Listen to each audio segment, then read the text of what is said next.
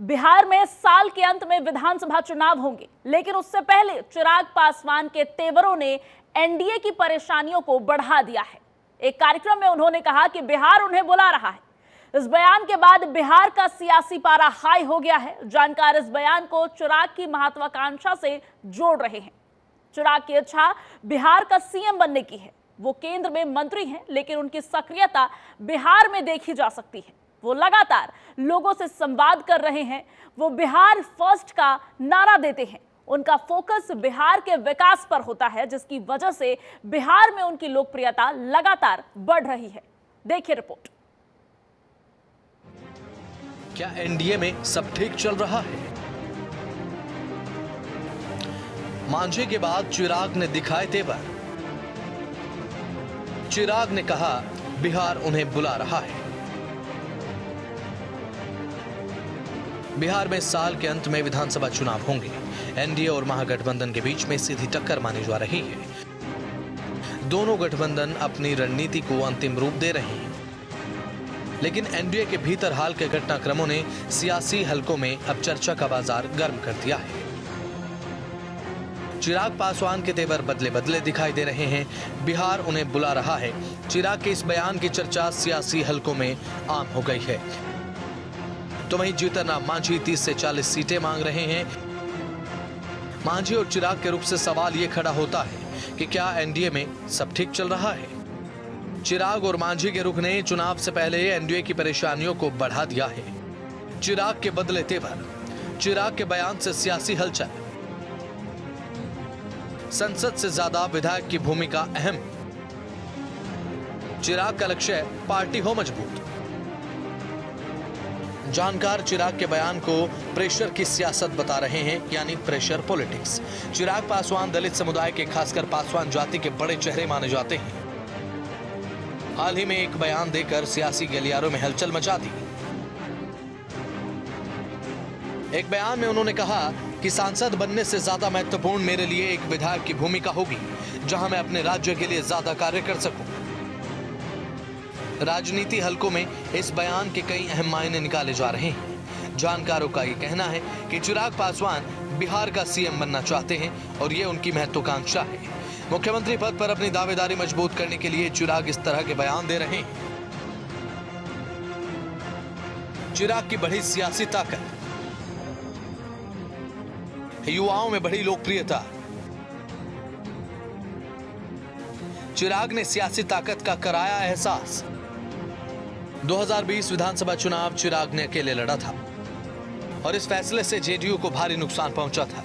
उन्होंने नीतीश कुमार पर तीखा हमला बोला था, लेकिन चिराग पासवान ने 2024 का लोकसभा चुनाव एनडीए के साथ लड़ा था। पार्टी ने 5 सीटों पर जीत दर्ज की थी और उनके इस प्रदर्शन ने उनकी सियासी ताकत का एहसास करा दिया था। और यही वजह है उनके बयान ने जेडीयू की चिंता बढ़ा दी है। पासवान का ये बयान सामने आने के बाद से ही बिहार के विधानसभा चुनाव को लेकर उनकी राजनीतिक सक्रियता बढ़ने की अटकलें तेज हो गई हैं। चिराग पासवान का साफ कहना है कि उनकी पहली प्राथमिकता बिहार है। वे लोगों को जोड़ने के लिए अपने पिता रामविलास पासवान का जिक्र करना भी नहीं भूलते। उनका कहना है कि उनके पिता केंद्र की राजनीति में सक्रिय थे, लेकिन वे बिहार के लिए काम करते थे। इससे यह अटकलें तेज हो गई हैं कि क्या चिराग पासवान विधानसभा चुनाव लड़ेंगे। चिराग लंबे समय से बिहार फर्स्ट, बिहारी फर्स्ट के एजेंडे पर काम कर रहे हैं। ये लगातार शिक्षकों, युवाओं से मुलाकात भी कर रहे हैं। अपनी बातों का फोकस सीधा विकास पर रखते हैं। उनकी सभाओं में युवाओं की भीड़ ये संकेत बताती है कि उनकी लोकप्रियता बढ़ रही है। अगर चिराग पासवान विधानसभा चुनाव लड़ते हैं तो इससे राज्य की राजनीति में बदले हुए समीकरण दिखाई दे सकते हैं। पिछले विधानसभा चुनाव में चिराग पासवान ने मुख्यमंत्री नीतीश कुमार के खिलाफ मोर्चा खोल दिया था, लेकिन इस बार वह एनडीए के साथ मिलजुल कर ही चुनाव लड़ने की बात कर रहे हैं। बिहार में दलित समुदाय की आबादी 20% के आसपास है और इतने बड़े वोट बैंक को अपने साथ लाने के लिए एनडीए और महागठबंधन पूरी ताकत लगा रहे हैं। 243 विधानसभा सीटों वाले बिहार में 38 सीटें दलित समुदाय के लिए आरक्षित हैं। एनडीए पहले से ही मुख्यमंत्री नीतीश कुमार के नेतृत्व में चुनाव लड़ने की घोषणा कर चुका है। जदयू अब 2025 से 2030 एक बार फिर से नीतीश इसके नारे के साथ साथ आगे बढ़ रही है। ऐसे में चिराग के बयान ने एनडीए के भीतर राजनीतिक समीकरणों को लेकर चर्चाओं का बाजार गर्म कर दिया है। चिराग पासवान की छवि एक ऊर्जावान युवा नेता की है जो बदलाव और विकास की बात करते हैं। उनके बिहार फर्स्ट अभियान ने युवाओं को प्रभावित किया है और अब सवाल ये उठता है कि क्या चिराग पासवान बिहार में चुनाव लड़ेंगे? क्या वह एनडीए के साथ बने रहेंगे या अलग राह चुनेंगे? इन सवालों का जवाब आने वाला वक्त देगा, लेकिन इतना तय है कि उनका यह बयान राज्य की राजनीति में एक नया मोड़ ला सकता है। ब्यूरो रिपोर्ट, जनतंत्र टीवी।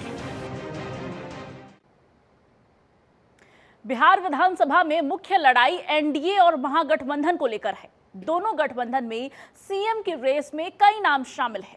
एनडीए की तरफ से चिराग पासवान नीतीश कुमार की मुसीबत को बढ़ा सकते हैं, तो वहीं महागठबंधन में सीएम फेस को लेकर तस्वीर साफ नहीं हुई है। राजद तेजस्वी यादव को सीएम फेस बता रही है, लेकिन महागठबंधन की तरफ से अभी इसका ऐलान नहीं हुआ है।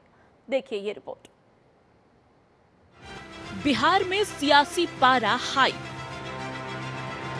सीएम पद के कई दावेदार, सीएम फेस को लेकर गठबंधन में रार।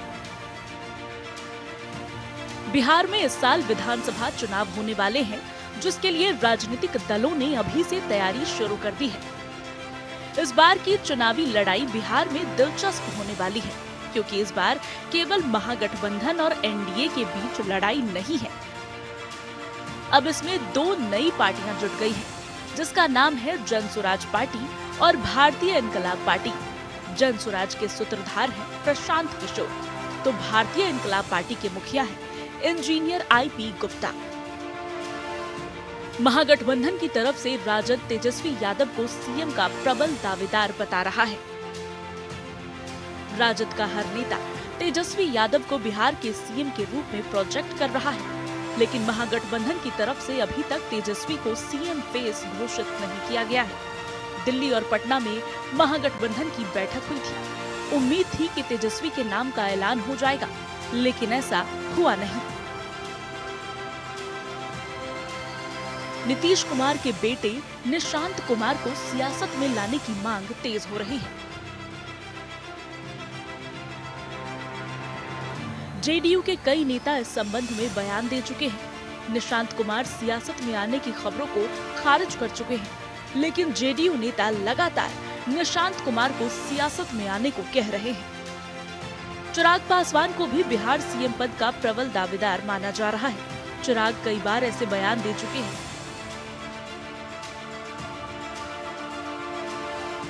जिससे उनकी इच्छा जाहिर होती है।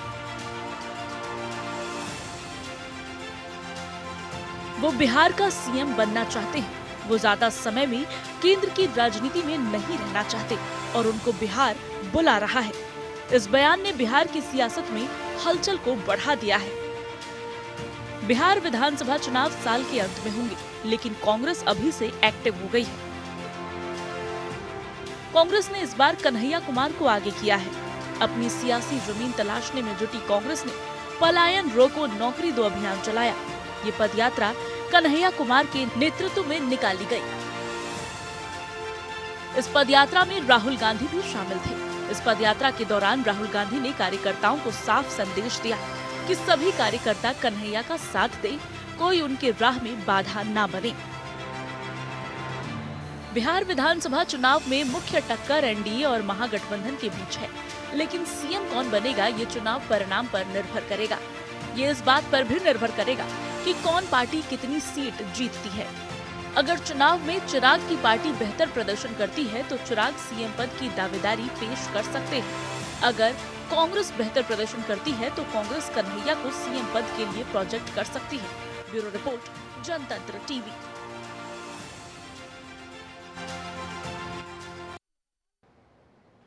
भारत पाकिस्तान की दुश्मनी हो या चीन से मुकाबला, अब समंदर में भी भारत का राफेल चलेगा रॉकेट की रफ्तार से। राफेल मशीन की एंट्री के साथ आईएनएस विक्रांत पर होगा ऐसा वार पावर का जिससे कांपेंगे दुश्मन। भारत और फ्रांस के बीच इतिहास रचने जा रहा है एक और बड़ा डिफेंस सौदा। 26 घातक जेट्स की डील नेवला की चाल शेर की दहाड़ लेकर आई है। जानिए इस डील में भारत को क्या क्या मिलेगा और क्यों यह सौदा हमारी नेवी के लिए गेम चेंजर साबित हो सकता है। रिपोर्ट में देखिए।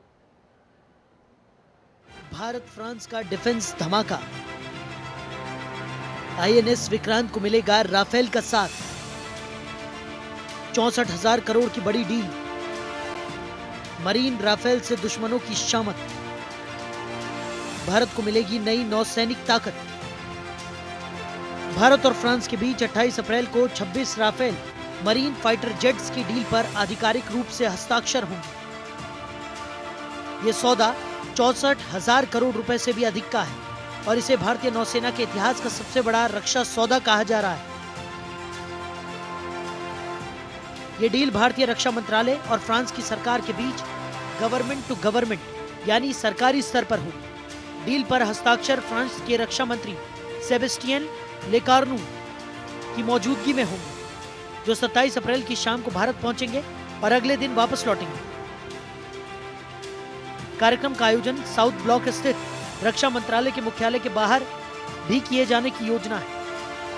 मोदी सरकार ने 9 अप्रैल को इस डील को मंजूरी दी थी, जब प्रधानमंत्री की अध्यक्षता में कैबिनेट कमेटी ऑन सिक्योरिटी की बैठक में यह प्रस्ताव पास किया गया। डील में कुल 26 राफेल मरीन जेट्स शामिल हैं, जिनमें 22 सिंगल सीट और 4 डबल सीट ट्रेनर वर्जन के होंगे।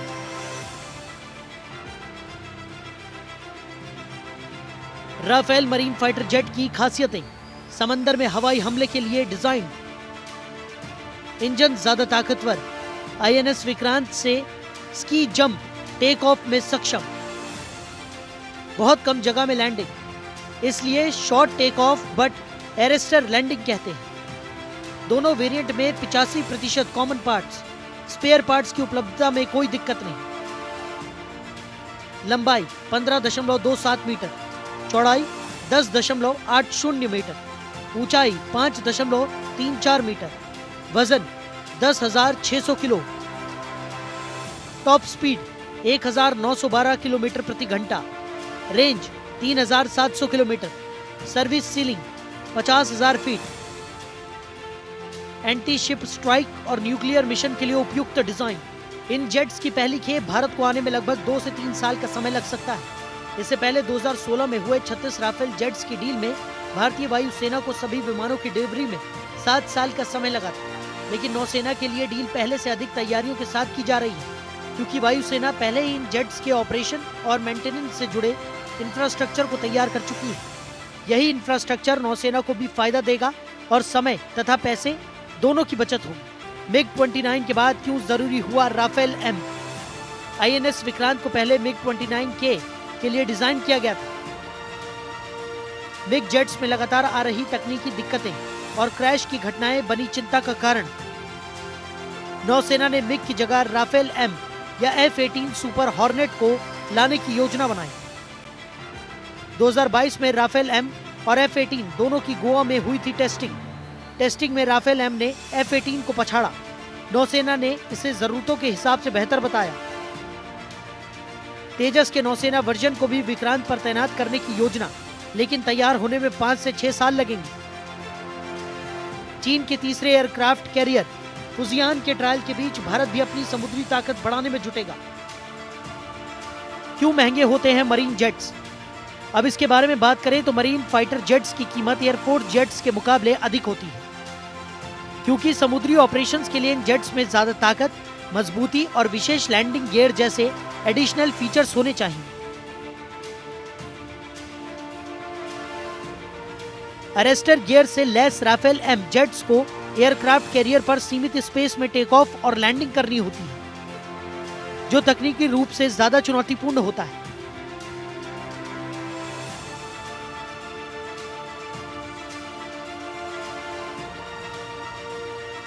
फ्रांस से क्या मिलेगा भारत को? Astra air to air missile system, advance simulator, Indian specific landing equipments, crew training और मेंटेनेंस सपोर्ट, इस डील के साथ भारत और फ्रांस के बीच डिफेंस सहयोग और भी गहरा हो जाएगा। इससे पहले 2016 में हुई वायुसेना के लिए राफेल डील से दोनों देशों के बीच रणनीतिक साझेदारी और तकनीकी विकास मजबूत हुआ था। अब नौसेना के लिए ये नई डील दोनों देशों के बीच भरोसे को और बढ़ावा देगी। 26 राफेल मरीन जेट्स की ये डील न केवल भारत की सैन्य क्षमता को मजबूत करेगी, बल्कि समुद्री सीमाओं की सुरक्षा में भी क्रांतिकारी बदलाव लाएगी। INS विक्रांत जैसे आधुनिक एयरक्राफ्ट कैरियर से ऑपरेट होने वाले ये जेट भारत को समुद्री शक्ति के रूप में और अधिक मजबूती देंगे। आने वाले समय में जब ये विमान भारतीय नौसेना का हिस्सा बनेंगे, तब भारत की स्ट्राइक कैपेबिलिटी को एक नई ऊंचाई मिलेगी। ब्यूरो रिपोर्ट, जनतंत्र टीवी।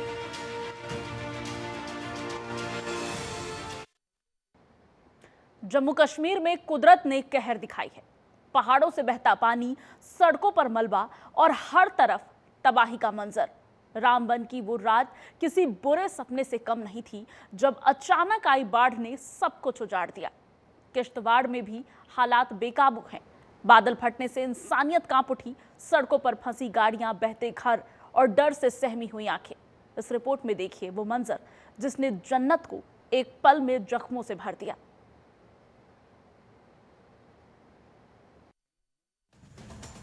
जम्मू कश्मीर में बारिश का कहर। बादल फटने से मचा हड़कंप। रामबन में तबाही का मंजर। जम्मू कश्मीर में बीते कुछ दिनों से लगातार हो रही बारिश ने जनजीवन को पूरी तरह से अस्त व्यस्त कर दिया है। जहां कभी पर्यटक जन्नत की खूबसूरती देखने आते थे, वहीं अब हर जगह मलबे और तबाही से घिरी हुई है। रामबन जिले के धर्मकुंड गांव में रविवार को अचानक आई बाढ़ ने पूरे गांव को हिलाकर रख दिया। तेज बारिश और बादल फटने की वजह से आई इस बाढ़ में कई घर बह गए, रास्ते बंद हो गए और लोग फंसे रह गए। प्रशासन के मुताबिक करीब 40 मकानों को नुकसान पहुंचा है और 100 से अधिक लोगों को पुलिस और रेस्क्यू टीम ने सुरक्षित स्थानों पर पहुंचाया है। हमने सभी पुलिस स्टेशन को सतर्क कर दिया गया है। मैन नुकसान जो है रामबन के अंदर हुआ है, जिसमें कुछ कमर्शियल और कुछ रेजिडेंशियल हाउसेस को नुकसान पहुंचा है और उसके अलावा नेशनल हाईवे यहाँ पे ब्लॉक हुआ है। उसके अलावा धर्मकुंड के इलाके में भी पुलिस ने तकरीबन 100 लोगों को रेस्क्यू किया है और उनको पहले सेफर लोकेशन पे पहुंचाया था। हॉस्पिटल में कुछ उनको भेजा था और अपने स्कूलों में उनको भर्ती किया था, लेकिन अभी वो अपने रिश्तेदारों के घर चले गए हैं। तो उसके अलावा बनिहाल में भी एक हमारी पुलिस ने कुछ रेस्क्यू ऑपरेशन किए थे, जिसमें एक फैमिली बीच में फंसी थी, उसको रेस्क्यू किया गया। उसके अलावा 3 डेथ्स जो हमारी भागना विलेज में अनफॉर्चुनेट 3 डेथ्स हुई हैं, जो मकान के दब जाने से हुई हैं। 2 अलग अलग इंसिडेंट से। उसके अलावा नेशनल हाईवे के ऊपर भी हमारा रेस्क्यू ऑपरेशन अभी चल रहा है। ये देखा जा रहा है कि कहाँ पे नुकसान हुआ और किस टाइप से। जम्मू श्रीनगर नेशनल हाईवे, जो राज्य की लाइफलाइन मानी जाती है, वो भी बंद कर दिया गया है। नाशरी और बनिहाल के बीच करीब 1 दर्जन जगहों पर भूस्खलन और मिट्टी धंसने की वजह से यातायात पूरी तरह से रुक गया है। हाईवे के दोनों तरफ हजारों लोग फंसे हुए हैं। ट्रक, बसें और छोटी गाड़ियां कई किलोमीटर लंबी कतारों में खड़ी हैं। बाहर निकाला, इनमें महिलाएं, बच्चे और बुजुर्ग शामिल थे। कई लोगों को स्थानीय स्कूलों और पंचायत भवनों में अस्थायी रूप से ठहराया गया है।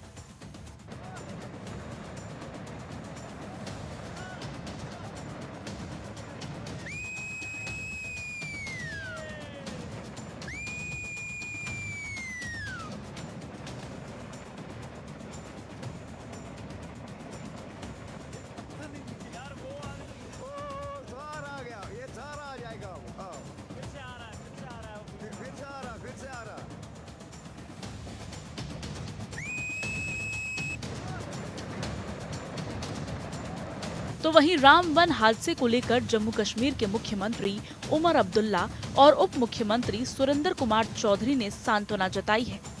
रामबन में दुखद भूस्खलन और अचानक आई बाढ़ से बेहद दुखी हूँ, जिससे जान माल का काफी नुकसान हुआ है। हम स्थानीय प्रशासन के संपर्क में हैं, ताकि जहां भी जरूरत हो वहां तत्काल बचाव प्रयास सुनिश्चित किया जाए। मैं बहाली, राहत और मरम्मत योजनाओं की समीक्षा करूंगा। अभी के लिए जमीनी स्तर पर स्थिति के प्रबंधन पर ध्यान केंद्रित किया गया है। नागरिकों को सलाह दी जाती है कि वो यात्रा सलाह का पालन करें और संवेदनशील क्षेत्रों में गैर आवश्यक आवाजाही से बचें। अब आप लोग जम्मू कश्मीर के स्थानीय लोगों का हाल सुनिए। में खौफ जैसा मचा हुआ है कि ये क्या हो गया अचानक, कभी फिर ना हो जाए ऐसा। ये सर पूरी रात तो हम सो नहीं पाए, हम क्या करें सर। पूरी रात की बारिश ऐसी लगी हुई कि खौफ तो मचा हुआ था कि कुछ हो ना जाए। सुबह जब यहाँ पे आके देखा तो हमारा आशिया नहीं उठ गया था। हमारा परिवार इन्हीं दुकानों से चलता है, हम क्या करें, कहाँ जाए, कुछ समझ नहीं लग रहा है। आप ही बताइए सर, हम किसको, जब इन मंत्रियों को जरूरत होती है वोट की तो ये हमारे पास आते हैं। आज हमें इनकी जरूरत है, इनकी हेल्प की जरूरत है। मैं सरकार से ये दरखास्त करूंगा कि हमारी जरूर सुने। मैं और कुछ नहीं चाहता हूँ। क्या इसमें कम से कम सर देख लो 18-20 दुकानें हैं, 18-20 बंदे की आगे नौकर भी है, मुलाजिम भी है, खुद उनको कितना कर्जा है।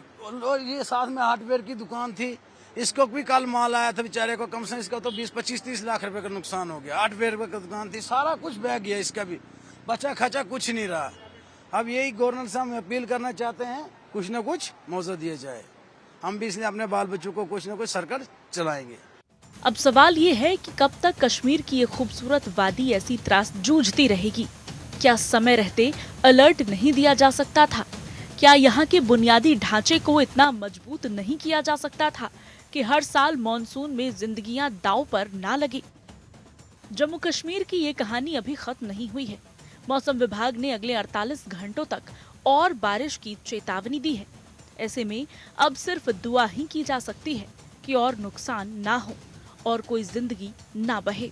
ये रिपोर्ट उन सभी परिवारों को समर्पित है जो इस संकट से गुजर रहे हैं। हमारी संवेदनाएं उनके साथ हैं। हम आशा करते हैं कि जल्द ही हालात सामान्य होंगे और एक बार फिर ये जन्नत मुस्कुराएगी। ब्यूरो रिपोर्ट, जनतंत्र टीवी।